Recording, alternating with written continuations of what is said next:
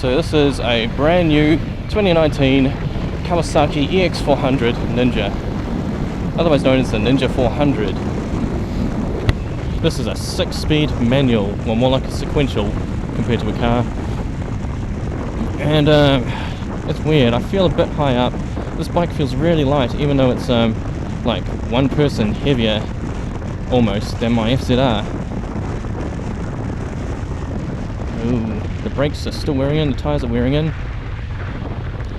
so it doesn't exactly give me much confidence, since the tyres are still solid, like plastic. It's brand new, there's still like stripes on the tyres, and it's taken on some back roads like I probably shouldn't do, but it's good for the bike to, you know, be running like this. Variable acceleration. Just keep the revs low. Sign here saying slow down. You slow down sign. I'm gonna do 69 through here.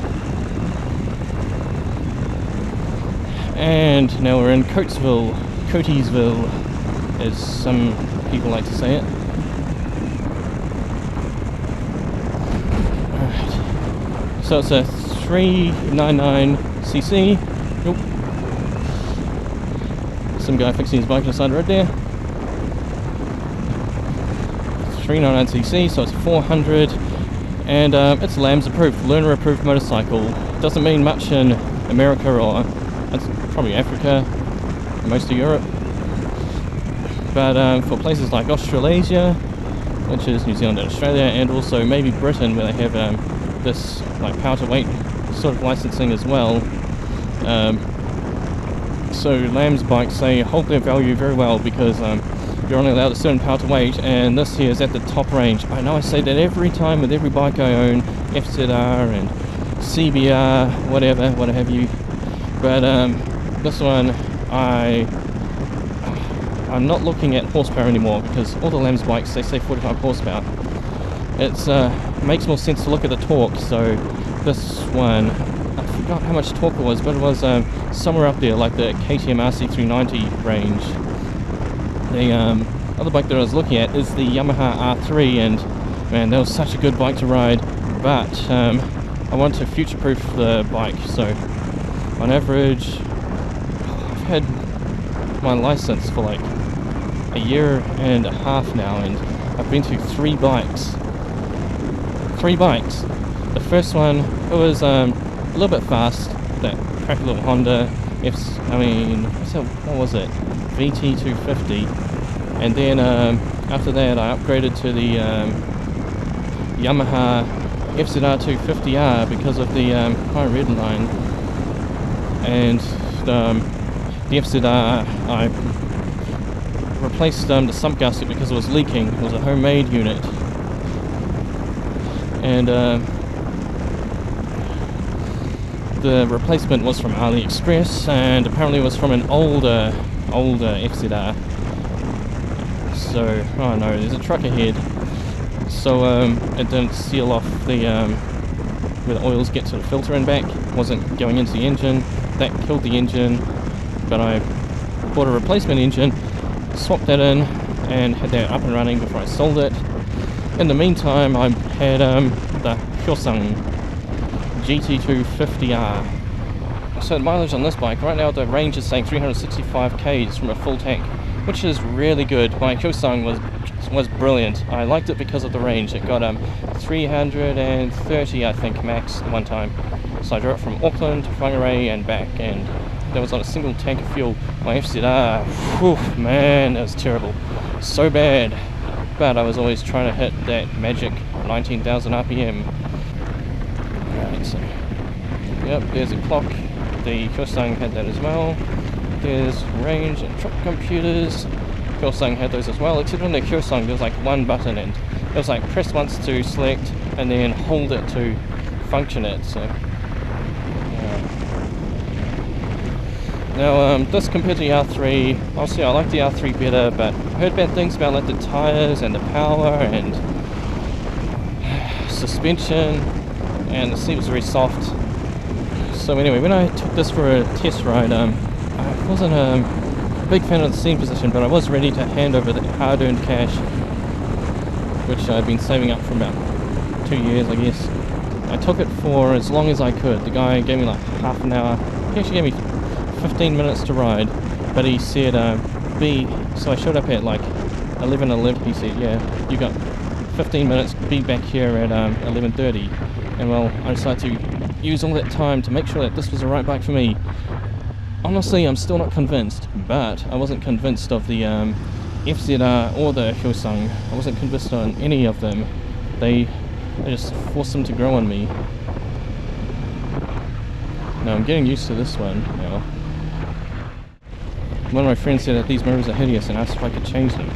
I like them better than the R3's mirrors, and I like the R3's mirrors better than the RC390's mirrors. The RC390's were, man, hideous. So bad design and like square and chunky and ugly. Well, this bike, yeah, it's actually quite nice. I don't actually like new bikes, but this one is a nice looking bike. It just looks good. It's got those sharp angles and its blades sticking out under the headlights, and yeah, I did like the Kawasaki racing team green color, and it looks so good on the photos. It's like it looks pearlescent, you know, like a gloss cover color with a metallic over it. I thought it was going to be like green, you know, like middle green with a bit of like yellowy lime over it and pearl, but I got there and it didn't look like what the photos made it look like. It was just gloss lime green, you know, the sort of color that people put on their Lamborghinis, the factory gloss color, not even metallic. And I don't like that. People call it like bath green. That's the color of the KRT one, but I really like the side decals which said 400. There was another color of this bike which is I forgot the name, solar pearl yellow on grey, and that I believe is US only. It might be available in Europe, but Australasia doesn't get it. I really like that color as well, but I'm not a fan of grey or silver, especially in cars. Black's alright, it's nice, but it gets really hot and gets dirty easily. I would love like a black vehicle. Oh, this thing's black. What am I talking about? Now, this is something I really liked about this bike. It's that it's not gloss black, it's metallic black. Now, there was another color which is red, and I believe there's also a metallic blue, but those weren't available either. Well, the red is coming out later this year. I believe it's middle of the year when it's due in New Zealand. So with this bike, it's nice. It's got power. The center of gravity is a bit weird. I'm not sure if it's high or low. And the clutch, everyone says it's very light. It is incredibly light. It's like it's not even connected. That's how light it is compared to my Kawasaki. And power is just amazing on this. The width, I was expecting it to be very wide because it looks wide, but it's not actually that wide. Comparing it to the R3 is a lot smoother, and I prefer the sound of the R3 over the sound of this. So the guy at the bike shop told me that I could do like 8,000 RPM to run it in, and well, so I took the demo version for a hoon, and yeah, I prefer the R3 over it. The R3 is more comfortable. I think it's lower. The center of gravity is like, I think it's lower in the R3 as well. Suspension is softer. Some people don't like that, but tires are worse and there's less power. But I wanted something that was future-proof, so I went for whichever one has more power in it. Get off my nose microphone, and it was this one. So it's a lot of money to be spending, especially for me. My most expensive car wasn't even $3,000, now $34, and then to go out and spend more than I've ever spent before, by like almost triple that on a brand new thing. But you know, this is new. Yeah, so this is a 2019 model, and I decided that I had to have it. This bike, has more vibrations than the R3. However, it's nothing compared to the BMW G310R and the RC390, man, if you want to sit on a vibrator, buy an RC390. This bike right now, just under 5,000 RPM, man, it's just massaging my buttocks. The vibrations are, yeah, a lot more than the R3.